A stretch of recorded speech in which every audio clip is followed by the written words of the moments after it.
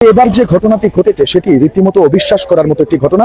ছিনতাইকারীর কবলে পড়ে প্রাণ হারিয়েছেন একজন র্যাব সদস্য। সিলেটের এই জায়গাটিতে অর্থাৎ কোতোয়ালি মডেল থানার ঠিক পাশেই সিলেটের আলিয়ামজদের ঘড়ি এবং চাঁদনীঘাট এলাকায় আলিয়ামজদের ঘড়ির ঠিক পাশেই কোতোয়ালি মডেল থানা থেকে একটু সামনে এগুলোই এই জায়গাটিতে কিছুক্ষণ আগে অর্থাৎ আজকে বেলা 12টার দিকে র্যাবের একজন সদস্য র্যাব সদস্য ইমন আচার্য তিনি ছিনতাইকারীর ছুরিকাঘাতে নিহত হয়েছেন। এই ঘটনাটি জনমনে বেশ আতঙ্ক তৈরি করেছে, উদ্বেগ সৃষ্টি করেছে। কেননা যেখানে আইন শৃঙ্খলা রক্ষাকারী বাহিনীর সদস্যরাই নিরাপদ নয় যে শহরে, সেই শহরে আসলে সাধারণ মানুষ কতটুকু নিরাপদ, তাদের জানমালের কতটুকু নিরাপত্তা আছে, এই প্রশ্নটি কিন্তু বারবার ঘুরে ফিরে আসছে। তাও আবার কোতোয়ালি থানার ঠিক পাশে। আপনাদেরকে যদি একটু ঘটনার বর্ণনা দিই সেক্ষেত্রে বলতে চাই, এই জায়গাটিতে অর্থাৎ কোতোয়ালি থানার ঠিক পাশেই যে পাঠাগারটি রয়েছে, পাঠাগারের সামনে আজকে দুপুর 12টার সময় একজন ছিনতাইকারী ছিনতাই করে পালাতে গিয়ে প্রথমে কোতোয়ালি থানা পুলিশের একটি আভিযানিক দল তার পিছনে অর্থাৎ ধাওয়া করে, তবে তারা সেই ছিনতাইকারীকে ধরতে ব্যর্থ হলে তখন কিন্তু আমরা দেখেছি র্যাব সদস্য ইমন আচার্য তিনি এই ছিনতাইকারীকে তিনি দৌড়ে এসে ধরার চেষ্টা করেন এবং ছিনতাইকারীকে ধরার সাথে সাথেই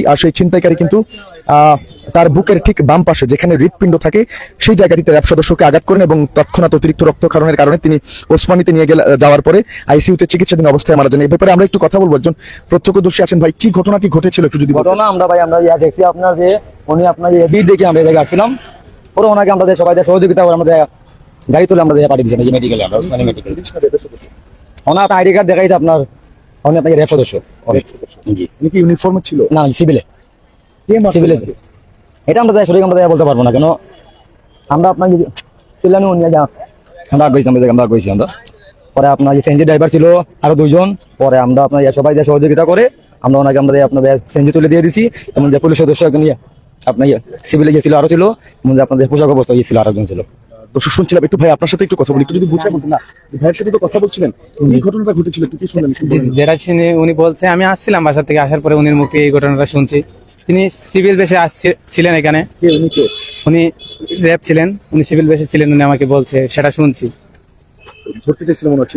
জি জি, ছিনতাইকারীকে ধরতে চাইছিল, তিনি বাল্লা মারছে, বাল্লা মারার সাথে সাথে উনি ধরতেছিলেন, তাকে নাইফ দিয়ে গায়ে মারছে। কোন জায়গায়? এখানে। জি জি, যতটুকু জানি উনি। তখন কি উনি মারা গেছিলেন?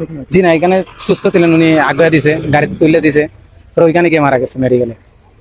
দর্শক প্রত্যক্ষদর্শীদের মুখ থেকে শুনছিলাম কোতোয়ালি থানার ঠিক এই জায়গাটিতে অর্থাৎ কোতোয়ালি মডেল থানার ঠিক পাশেই আজকে বেলা 12টার দিকে, দুপুর 12টার দিকে এই ঘটনাটি ঘটে এবং এই র্যাব সদস্য ছিনতাইকারীকে ধরতে গিয়ে ছুরিকাঘাতের শিকার হয়ে তিনি গুরুতর আহত হলে তাকে আহত অবস্থায় অর্থাৎ এই র্যাব সদস্য ইমন আচার্যকে Sylhet MAG Osmani medical college হাসপাতালে নিয়ে যাওয়া হয় এবং হাসপাতালের আইসিইউতে চিকিৎসাধীন অবস্থায় তিনি দুপুর 1:30টার দিকে সেই র্যাব সদস্যের মৃত্যু হয়।